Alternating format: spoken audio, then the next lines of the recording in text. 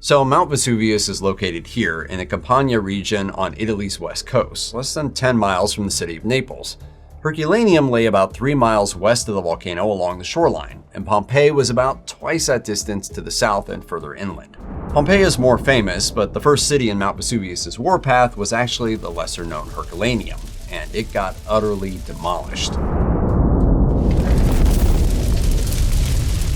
Pompeii, with a population of about 20,000, was a bustling agricultural and economic hub. Herculaneum, on the other hand, was a resort town for the Roman elite. It was quite a bit smaller, with a population of around 5,000. Now, at the time of the eruption, neither city had any idea they were living in the shadow of a volcano. Minor tremors were common in the region, and there had been a major earthquake just 17 years earlier in AD 62, but no one connected these seismic events with the peak that dominated the skyline. It had been nearly 1,800 years since Vesuvius last erupted, so its deadly potential was, at best, forgotten, at worst, unknown. The eruption likely began with a series of tremors, which would have awoken residents of both cities, but nothing could have prepared them for what would come next. At around 1 p.m. on that fateful day, Vesuvius erupted with such violence that the top of the mountain was entirely blown away. A plume of pumice, ash, and rock shot nearly 21 miles into the sky, creating a shockwave 100,000 times more powerful than the force of the bombs dropped on Hiroshima and Nagasaki during World War II. Given their closer proximity to the volcano, the inhabitants of Herculaneum would have felt the power of the explosion much more acutely. It's also possible that they witnessed volcanic lightning, which is exactly what it sounds like. Static electricity and the smoke creates lightning. Terrifying, right? And for many residents, this was enough to convince them to flee.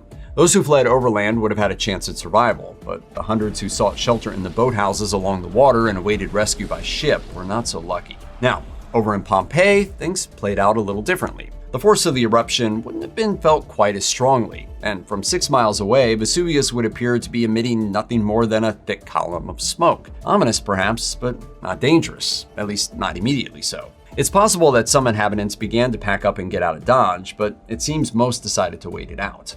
However, things would change dramatically within an hour.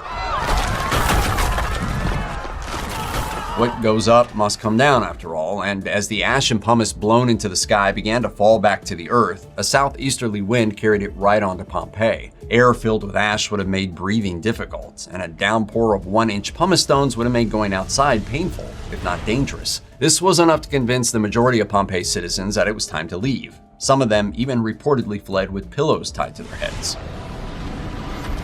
This torrential downpour of ash and pumice would continue to fall on Pompeii for the next 18 hours, and the accumulating fallout began to fill up the streets and doorways, trapping those who were slow to leave in their homes. The weight of the pumice piling up on rooftops would also begin to collapse buildings. Back in Herculaneum, the inhabitants who remained wouldn't see the worst of the falling ash and pumice as the wind carried it to the south. This would allow those who were fleeing on foot to get away safely, provided they were headed north. But for the several hundred people who chose to hunker down in the boathouses on the coast and await rescue by boat, escape wouldn't be possible.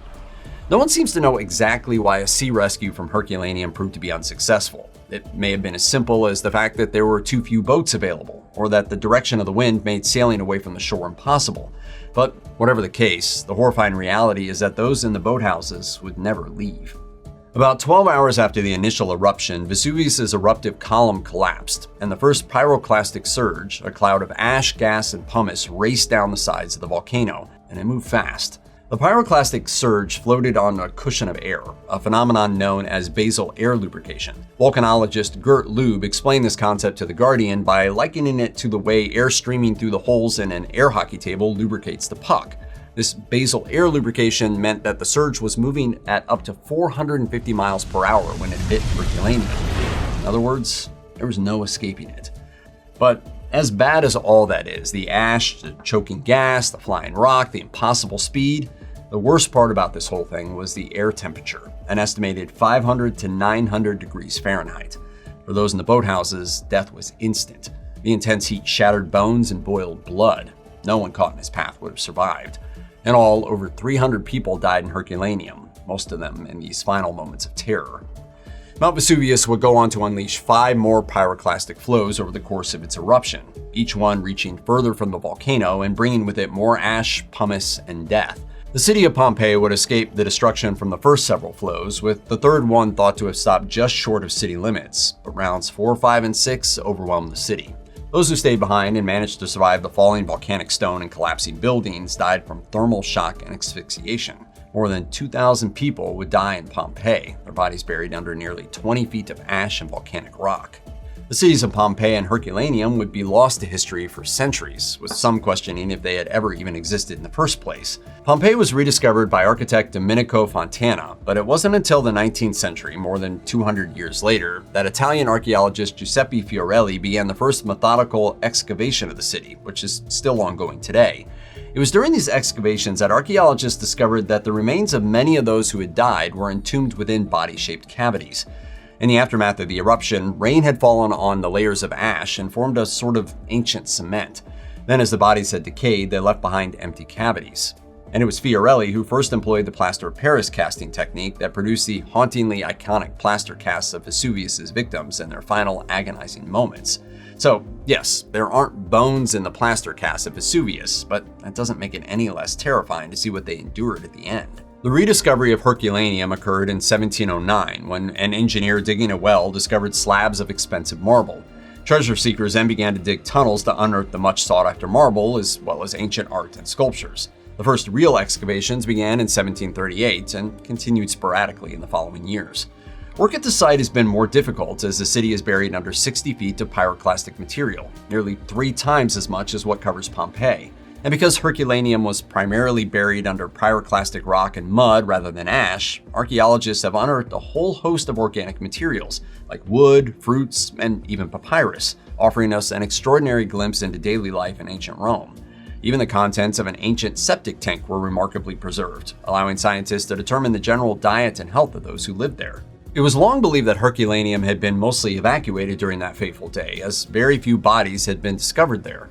But in the 1980s and 90s, archaeologists uncovered a large collection of victims on Herculaneum's beaches and in its boathouses.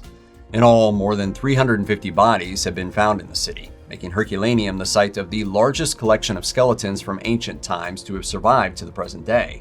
Excavation work continues at the site, though much of the city remains buried. Today, Pompeii is one of the most visited archaeological sites in the world, drawing millions of tourists each year. But Herculaneum remains far less crowded despite offering some of the best preserved Roman ruins in existence.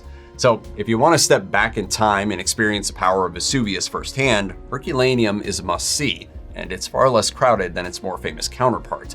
But keep in mind, Mt Vesuvius is still an active volcano. It last erupted in 1944, and while there are no signs of an eruption on the horizon, scientists continue to monitor the mountain closely.